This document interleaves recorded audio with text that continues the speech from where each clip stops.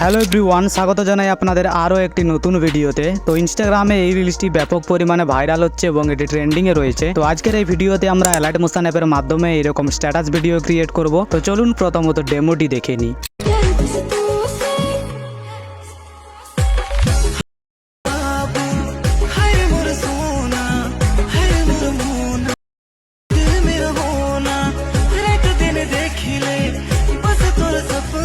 তো ভিডিও শুরু করার আগে চ্যানেল নতুন হলে চ্যানেলটি অবশ্যই সাবস্ক্রাইব করবে।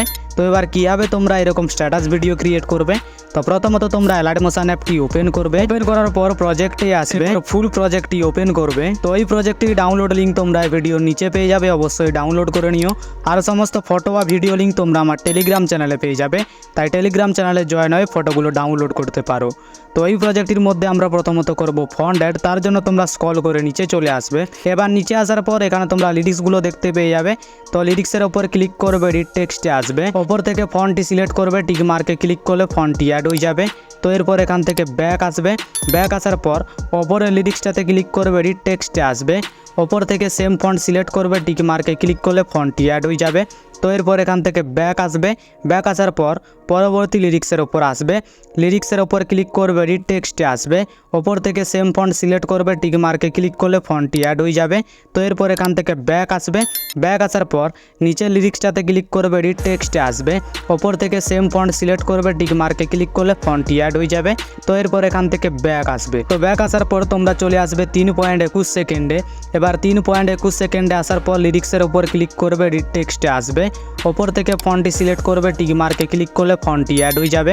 তো এরপর এখান থেকে ব্যাক আসবে। ব্যাক আসার পর ওপরের লিরিক্সটাতে ক্লিক করবে, এডিট টেক্সটে আসবে। ওপর থেকে ফন্টটি সিলেক্ট করবে, টিক মার্কে ক্লিক করলে ফন্টটি অ্যাড হয়ে যাবে। তো এরপর এখান থেকে ব্যাক আসবে। তো এরকমভাবে তোমরা সমস্ত লিরিক্সগুলোর মধ্যে ফন্ট অ্যাড করবে। আর এই স্ট্যাটাস ভিডিওটি ক্রিয়েট করার জন্য আমি যতগুলো ফন্টের ব্যবহার করেছি, সমস্ত ফন্টের ডাউনলোড লিঙ্ক তোমরা এই ভিডিওর নিচে পেয়ে যাবে, অবশ্যই ডাউনলোড করে নিও। তো দ্বিতীয়ত আমরা ফটো অ্যাড করব। তার জন্য তোমরা চলে আসবে 3.21 সেকেন্ডে। এবার 3.21 সেকেন্ডে আসার পর প্রথমত তোমরা নিচের ফটোটাতে ক্লিক করবে, কালার অ্যান্ড ফিলে আসবে, এই অপশানটাতে ক্লিক করবে। এরপর গ্যালারি থেকে যে কোনো একটি ফটো সিলেক্ট করবে, প্লাস আইকনে ক্লিক করলে ফটোটি অ্যাড হয়ে যাবে। তো এরপর এখান থেকে ব্যাক আসবে। তো ব্যাক আসার পর ওপরের ফটোটি ক্রিয়েট করার জন্য তোমরা এখান থেকে পুরো ব্যাক আসবে। ব্যাক আসার পর তোমরা ফটো রুম অ্যাপটি ওপেন করবে। ওপেন করার পর নিচে তোমরা দেখতে পেয়ে যাবে স্টার্ট ফ্রম ফটো। তো এখানে ক্লিক করবে। তো এবার গ্যালারি শো হয়ে যাবে। তো এবার গ্যালারি থেকে যে কোনো একটি ফটো তোমরা সিলেক্ট করে নেবে।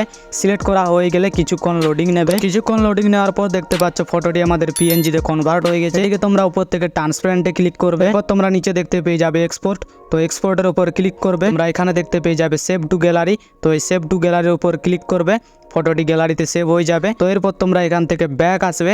ব্যাক আসার পর আবার অ্যালাইট মোশন অ্যাপটি ওপেন করবে। তো এখানে তোমাদের একটা কথা জানিয়ে রাখি, তোমরা ব্যাকগ্রাউন্ডে যে ফটোটি ব্যবহার করবে তোমরা পিএনজিতেও সেই ফটোটি অ্যাড করবে। তো সেই কারণে ওপরের ফটোটাতে ক্লিক করবে, কালার অ্যান্ড ফিলে আসবে, এই অপশানটাতে ক্লিক করবে। এরপর এখনই তোমরা ফটো রুম অ্যাপের মাধ্যমে যে ফটোটি গ্যালারিতে সেভ করেছো ওই ফটোটি সিলেক্ট করবে।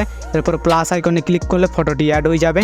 তো এরপর এখান থেকে ব্যাক আসবে। তো এবার ফটোটি না যদি অ্যাডজাস্ট হয় তাহলে তোমরা ফটোর ওপর ক্লিক করবে। এখান থেকে তোমরা মুভ অ্যান্ড ট্রান্সফারে ক্লিক করবে। এবার এখান থেকে তোমরা ফটোটিকে অ্যাডজাস্ট করে নেবে। এবার অ্যাডজাস্ট করা হয়ে গেলে এখান থেকে ব্যাক আসবে। ব্যাক আসার পর পরবর্তী ফটোটার ওপর আসবে। ফটোর ওপর ক্লিক করবে, কালার অ্যান্ড ফিলে আসবে, এই অপশানটাতে ক্লিক করবে। এরপর গ্যালারি থেকে যে কোনো একটি ফটো সিলেক্ট করবে, প্লাস আইকনে ক্লিক করলে ফটোটি অ্যাড হয়ে যাবে। তো এরপর এখান থেকে ব্যাক আসবে। ব্যাক আসার পর পিএনজি ফটোর ওপর ক্লিক করবে, কালার অ্যান্ড ফিলে আসবে, এই অপশানটাতে ক্লিক করবে। এরপর গ্যালারি থেকে পিএনজি ফটোটি সিলেক্ট করবে, প্লাস আইকনে ক্লিক করলে ফটোটি অ্যাড হয়ে যাবে। তো এরপর এখান থেকে ব্যাক আসবে। তো এরকমভাবে তোমরা সমস্ত ফটোগুলোকে অ্যাড করবে। এবার সমস্ত ফটো অ্যাড করা হয়ে গেলে উপরে শেয়ার অপশানে ক্লিক করবে, নিচে এক্সপোর্ট, এখানে ক্লিক করলে ভিডিওটি গ্যালারিতে সেভ হতে শুরু করবে। তো এই সাথে আজকের ভিডিও এতটাই। ভিডিওটি যদি আপনাদের ভালো লেগে থাকে তাহলে ভিডিওতে লাইক করে কমেন্টে তোমার মতামত জানাতে ভুলবে না। দেখা হচ্ছে পরবর্তী ভিডিওতে। ধন্যবাদ।